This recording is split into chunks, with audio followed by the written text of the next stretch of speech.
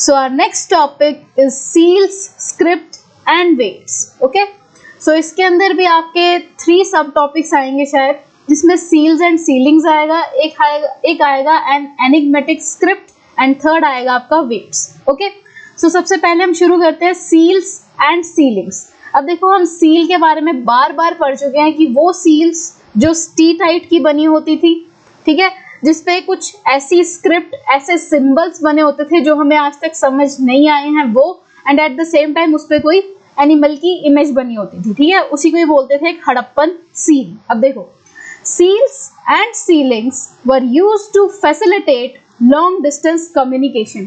अब देखो, इन सील्स का यूज क्या, आप कहोगे ना कि चलो ठीक है तुम्हें सील्स मिल गए, लेकिन सील्स का यूज क्या है?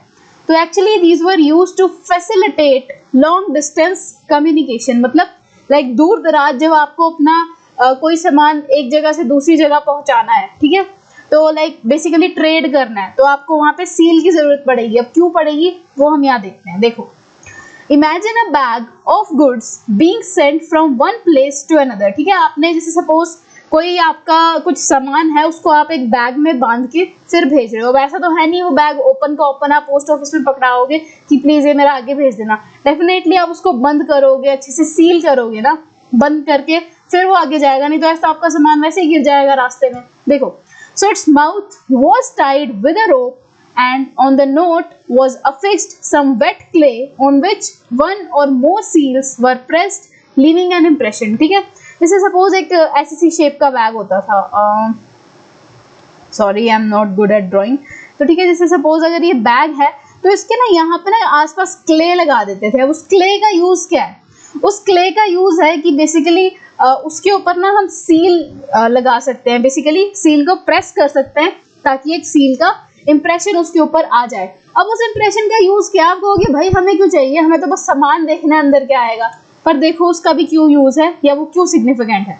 So if the bag reached with the sealing intact, it meant that it had not been tampered with.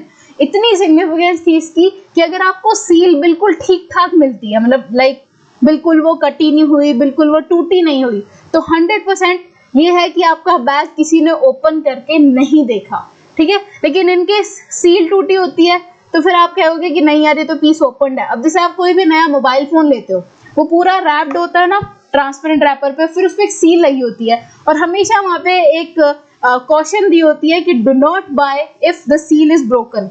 क्योंकि वहां पे उसका मतलब यही है ना कि अगर सील टूटी हुई है, इसका मतलब या तो वो बैग को खोला गया एंड उसमें से सामान लूट लिया गया और उसमें कुछ भी भर दिया गया. ठीक है, तो बेसिकली सील की सिग्निफिकेंस यही है कि अगर सील बिल्कुल ठीक ठाक है तो उसका मतलब ये है कि सामान को बीच में किसी ने भी टच नहीं किया है या मे बी सील को नहीं तोड़ा है, मतलब आपका जो बैग है वो या उसके अंदर जो भी मटेरियल है वो बिल्कुल सेफ है.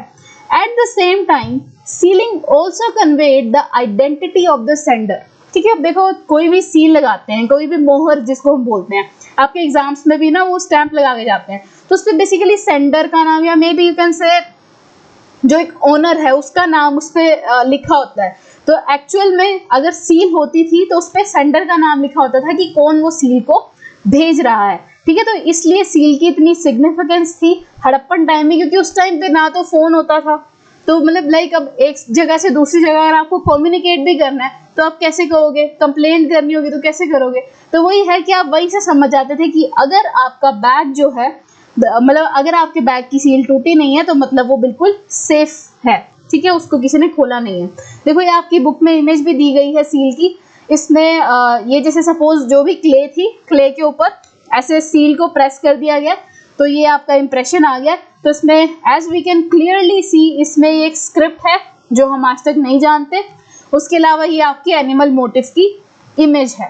ठीक है, नाउ देखो an enigmatic script. Enigmatic script basically यही है कि एक बहुत ही कॉम्प्लेक्स स्क्रिप्ट है जो हमें आज तक नहीं पता.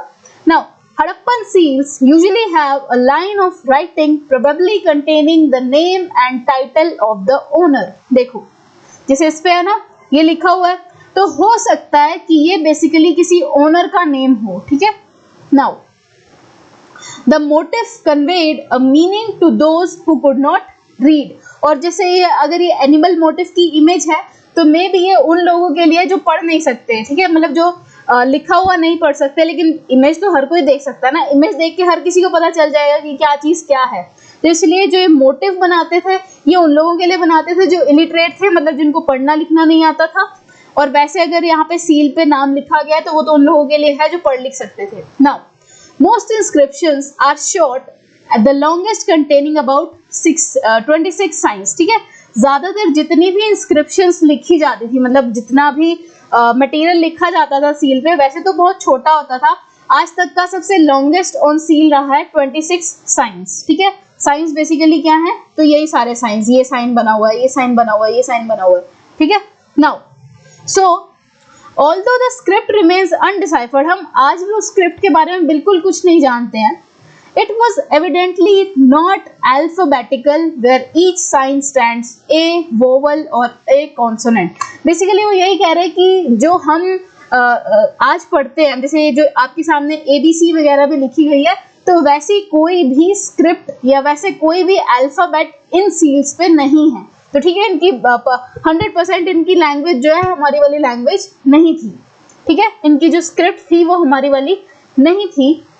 As it had just too many signs, क्योंकि साइंस ही साइंस है, somewhere between 375 to 400। अब जैसे हमारी ABCD में 26 लेटर है, तो वैसे में भी उनके साइंस में 300 से 400 होते होंगे जितने भी इनके स्क्रिप्ट्स के साइन है। Now it is apparent that the script was written from right to left, very important, ये आपको जरूर याद रखना है। अब आप देख सकते हो, you can clearly see, अब अगर मैंने इस स्लाइड पे लिखा है तो मैंने लेफ्ट टू राइट लिखा है ना, मतलब मेरा लेफ्ट से शुरू हो रही है राइटिंग एंड देन राइट तक एंड हो रही है।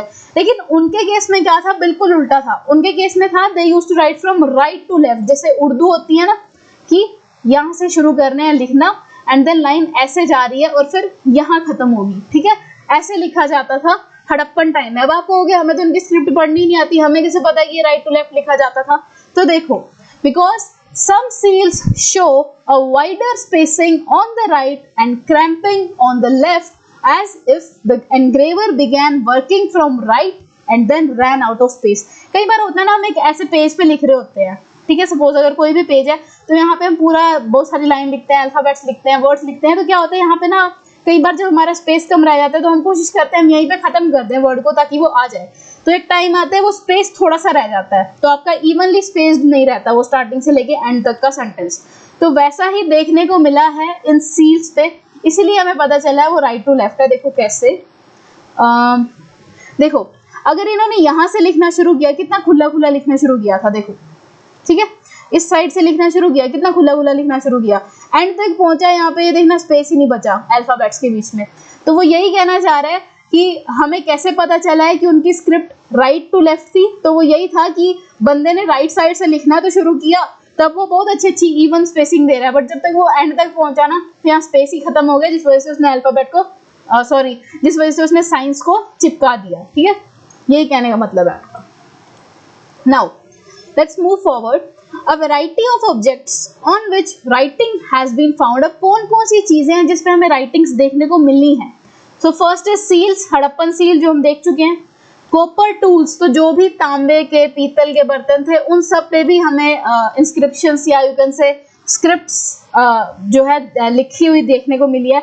उसके अलावा रिम्स ऑफ जार, रिम किसको कहते हैं, बिल्कुल टॉप को। ठीक है, टॉप को क्या बोलते हैं, रिम बोलते हैं।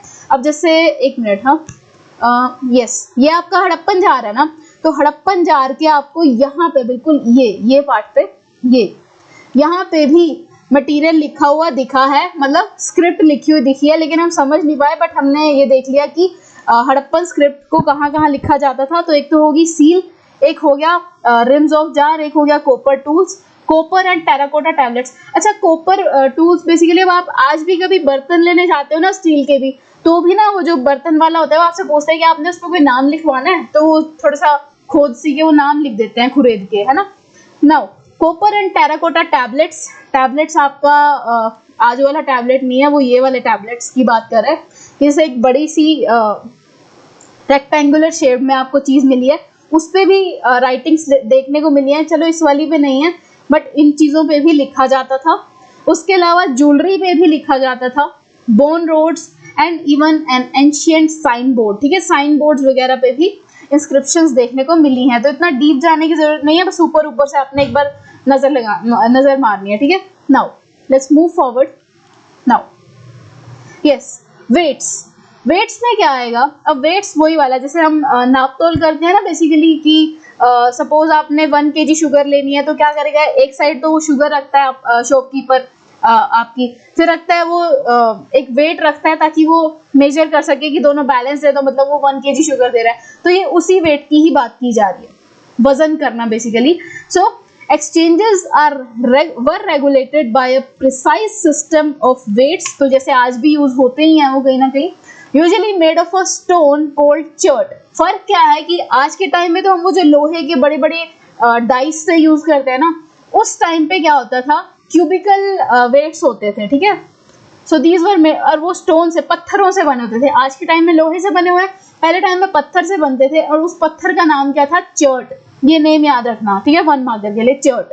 And generally cubical with no markings. अब जो आज के टाइम में हम वेट्स देखते हैं उस पर लिखा होता है ये 2.5 किलो का है, ये 5 किलो का है, बट उस टाइम पे जो उनको वेट्स मिलते थे ना, जो चर्ट के बने होते थे, उस पर कुछ भी इंस्क्रिप्शन नहीं होती थी, वो बिल्कुल प्लेन होते थे, ठीक है। Now the lower denominations of weight were binary 1 2 4 8 16, मतलब बेसिकली डबल में ही आते थे, इवन नंबर में थे जो कम वेट थे, मतलब जो ज्यादा हैवी नहीं थे। Now and while the higher denominations followed the decimal system, और अगर जो बड़े बड़े डिनोमिनेशंस की बात करोगे, मतलब जो बहुत हैवी वेट्स थे, तो उसमें डेसिमल सिस्टम भी फॉलो होता था। Now The smaller weights were probably used for weighing jewelry and beads। अब देखो ज्वेलरी जब लेते हैं तो उनका वेट थोड़ा थोड़ा होता है, ठीक है, क्योंकि जो जिसका वेट ज्यादा होता है फिर वो महंगी भी उतनी होती है। तो बेसिकली ज्वेलरी को या बीड्स को तोलने के लिए क्या यूज किया जाता था, छोटे वाले वेट्स जो बाइनरी वेट्स थे, 1 2 4 16 वगैरह। क्योंकि देखो 1 इंटू 1 का डबल 2, 2 का डबल 4, 4 का डबल 8, 16 32 एंड सो ऑन, ठीक है। Now metal scale pans have also been use. तो जो मेटल के भी आपके वेट्स होते थे वो भी यूज होते थे, बट मोस्टली जो सबसे प्रोमिनेंट हड़प्पन टाइम के जो वेट्स थे वो कौन से थे, आपके चर्ट के बने हुए, स्टोन के बने हुए। देखो ये आपके वेट्स, ठीक है, इन पे कोई इंस्क्रिप्शन नहीं है, बस ये ऐसे ही बने हुए हैं, ठीक है। किसी पे नहीं लिखा ये 1 ग्राम का है, ये 2 ग्राम का है, नो, कुछ भी नहीं है, बस सिंपल क्यूबिकल बने हुए हैं एंड चर्ट के बने हुए हैं, बस इनफ, ठीक है। So this was about your topic seals, script and weights। तो हम next topic में पढ़ेंगे about the ancient authority। So for this video अभी हमने ये discuss कर लिया है topic, and हम आपको next video में मिलेंगे। So thank you very much and stay tuned।